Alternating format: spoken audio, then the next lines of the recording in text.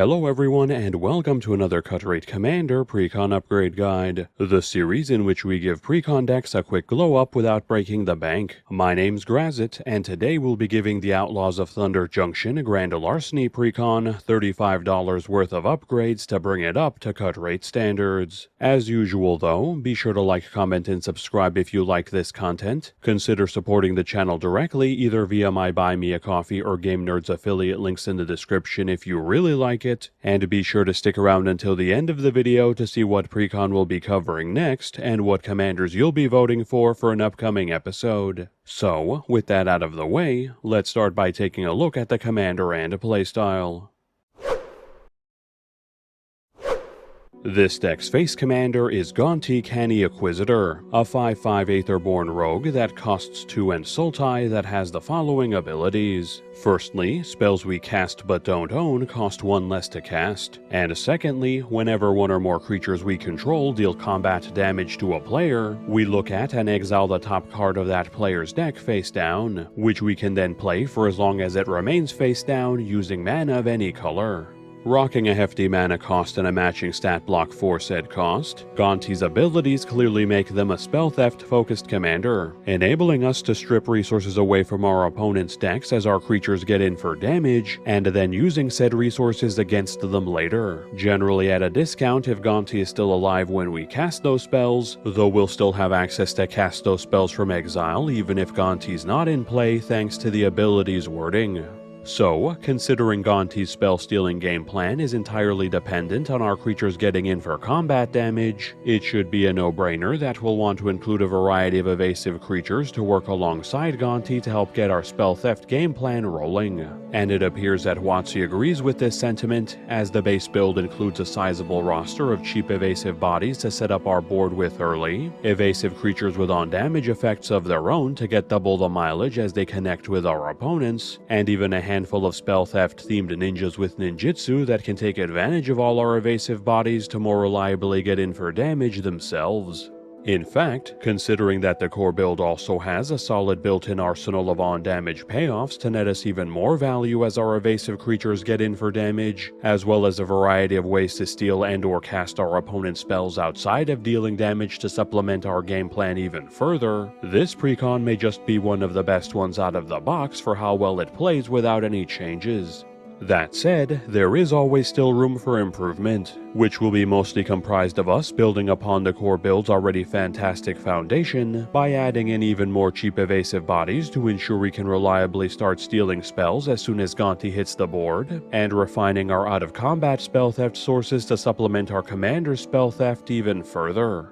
And then, once we've used the remainder of our budget to give our core stats a glow up to get the maximum advantage of the ramp and removal our colors have access to, Gonti will be more than capable of beating our opponents into the dust with their own spells. So let us make our way to Thunder Junction yet again, this time to the Kaladesh satellite office, where, after no small amount of highly illegal quote-unquote persuasion, we'll find Gonti installed as Kaladesh's official multiverse emissary. Now, officially, their job is to promote Kaladesh's culture and industries, which to their credit they actually have been doing if just to keep the consulate happy, but unofficially, they're using their new position to spread their criminal empire to the plane via smuggling illegal goods across the omen paths connected to it. That, and they were bored. Gonti was ancient by Aetherborn standards after all, and had grown weary of Girapur and all its politics. But here, this was a brand new unexplored world filled with untapped potential. Potential they had barely scratched the surface of, and that Gonti would find no small amount of entertainment from unearthing for themselves.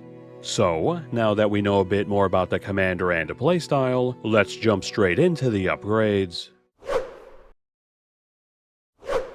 Kicking things off with a fresh wave of cheap evasive bodies for us to build up our board with to ensure we can proc Gonti's on-combat damage spell theft as quickly and as reliably as possible, we'll be cutting Chaos Wand, which tends to require too much mana to activate, mana which we can use to cast the spells Gonti steals for us, as well as the partner pair Ukima Stalking Shadow and Kazur Ruthless Stalker, which are okay as both an evasive body and as a way for us to grow our evasive creatures as they get in for damage, but this build would rather have cheap keep evasive bodies rather than ways to grow them, to make space for Mistcloaked Herald, Gadul Lurker, and Invisible Stalker, all of which function as inexpensive evasive bodies to set up our board with before Gonti comes down to get our spell-stealing game plan online, some of which come with additional upsides in the form of Megamorph to hit harder or Hexproof to dodge targeted removal, exchanging out Whirler Rogue, which is again decent for the 2 evasive bodies it comes down with and the evasion granting it provides, but loses out here due to us wanting to bring our mana curve down, and Curse of Swine, which is yet another 2 mana intensive piece of spot removal / board wipe if we want to have mana left over to cast our opponent's spells, in favor of Changeling Outcast and Tormented Soul,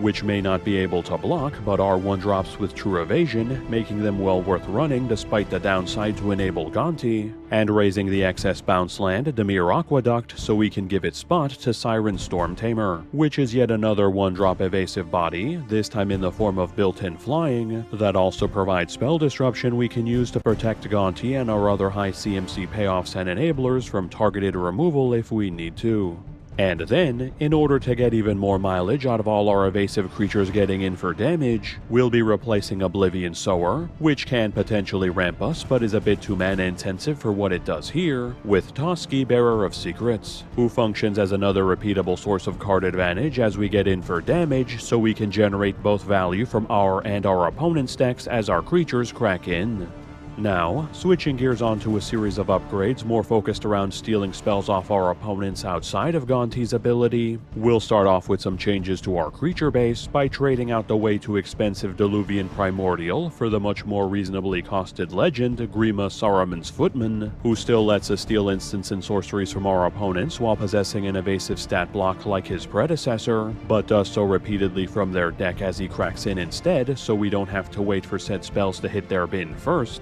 and cutting the again on-theme but too expensive Thieving Amalgam for another, slightly cheaper legendary, Xanathar Guild Kingpin, who essentially functions as a future sight that lets us play off our opponent's top deck rather than our own, with perfect fixing thanks to himself and at a discount thanks to Gonti, who also shuts off the affected opponent's casting on top of that to make it even harder for them to interact with us while we cast their spells. Then, as some non-creature spell theft additions, we'll be replacing the one-time spell theft effect Stolen Goods with the repeatable spell theft source Court of Lochthwain, which has had a recent spike in price, very likely due to this precon, but is still very much worth running thanks to the passive spell stealing it generates, the draw it provides thanks to making us the monarch when it comes down, and the potential free spells it can cast off our opponents if we can hold on to the crown, swapping out the weird exile-focused ramp source Void Attendant to swap in the better fitting Rogue class, which we can build up to function as an extra copy of Gonti to eventually let us cast twice as many spells off our opponents as our creatures get in for damage, as well as granting pseudo-evasion in the form of Menace to our non-evasive creatures as a bonus, exchanging the scalable theft effect Extract Brain for the arguably better scalable theft effect Outrageous Robbery, which lets us steal a lot more spells as we pump mana into it to both net us more resources and get more usage out of the cost-reducing effects we have at our disposal,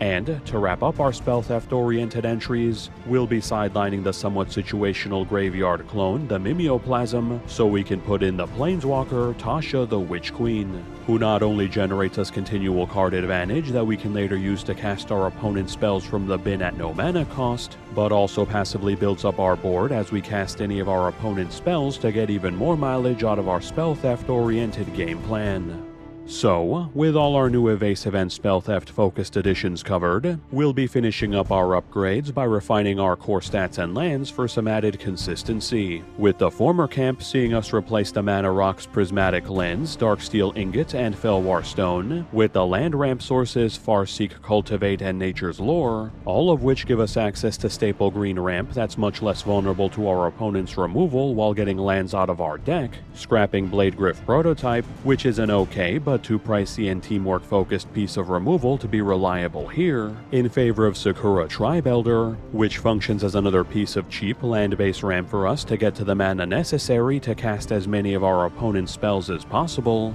and raising one of the build's excess swamps to add in Canoptic Wraith, which in the early game functions as a serviceable source of land-based ramp to build up our mana base with, and in the late game can instead be used as another body with true evasion to steal spells with alongside alongside Gonti. And then as our final change to our core stats, we'll be exchanging out the bit too expensive and color-intensive Plasm Capture so we can instead slot in Beast Within, which is cheaper, easier to cast, and deals with almost any type of permanent threat our opponents can throw our way for maximum flexibility.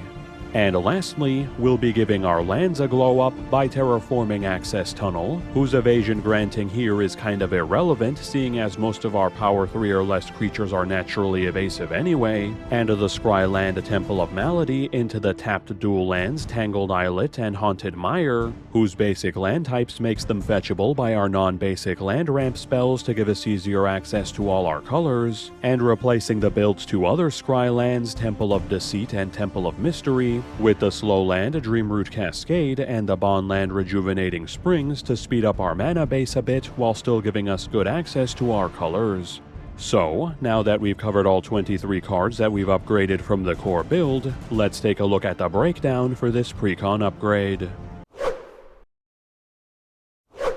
Looking at the stats that matter to our game plan, we have 24 creatures with built-in evasion and or ways to grant our creatures evasion to ensure that we can reliably proc Gonti's Spell Theft, 19 sources of on-combat damage effects and or effects that care about us dealing combat damage to generate us even more value off our evasive creatures getting in for damage, 24 sources of Spell Theft so we can supplement our commander's spell stealing and ensure we can get as much mileage out of our opponent's decks as possible, and 6 cards that care about us casting spells we steal off our opponents to make our Spell Theft game plan even more effective. For general deck stats, we have 12 ramp sources, 8 card draw sources, 9 targeted removal sources, and 2 board wipes, with our draw and removal being slightly below average, but keep in mind that doesn't take into consideration any potential ones we steal off our opponents, nor does it take into account any ramp effects that only affect our opponent's spells, or consider spell theft effects card advantage, which would bring our ramp up to 17 and our draw to 30 if it did. Looking at our mana curve, we have an average CMC of 3.22, leaving us with a mid-weight curve that aims to get cheap evasive bodies on board early while we build up our mana base to get to our commander. Then, on the turn Gonti comes down, we can immediately swing into all our opponents simultaneously, stealing as many spells as we can off of them each turn to maximize the chance of us swiping their best spells as we do so, which will then turn against them again and again at a discount until our opponents are brought low by the power of their own decks. The final price of this build then comes out to be $74.13 after upgrades. This price does not include tax or shipping and assumes that the price you paid for the Precon was $40. The price of the cards was calculated by using the cheapest listed marketplace price on TCG Player at the time of this recording. Now, if we want to add even more upgrades by going over budget, we can consider replacing Silhana Ledgewalker with Dothi Voidwalker as another evasive body that also doubles as passive graveyard hate and even spell theft if we need it, or subbing out Dazzling Sphinx for Tiny Bones the Pickpocket to give us even more cheap access to our opponent's spells, this time from the bin on a 1/1 death-touching body that may as well be evasive, both of which are not too pricey all things considered, meaning we can dedicate any further moderate or irresponsible spending we want into refining the core build stats even further to both improve its performance and, potentially, skyrocket its price to the moon.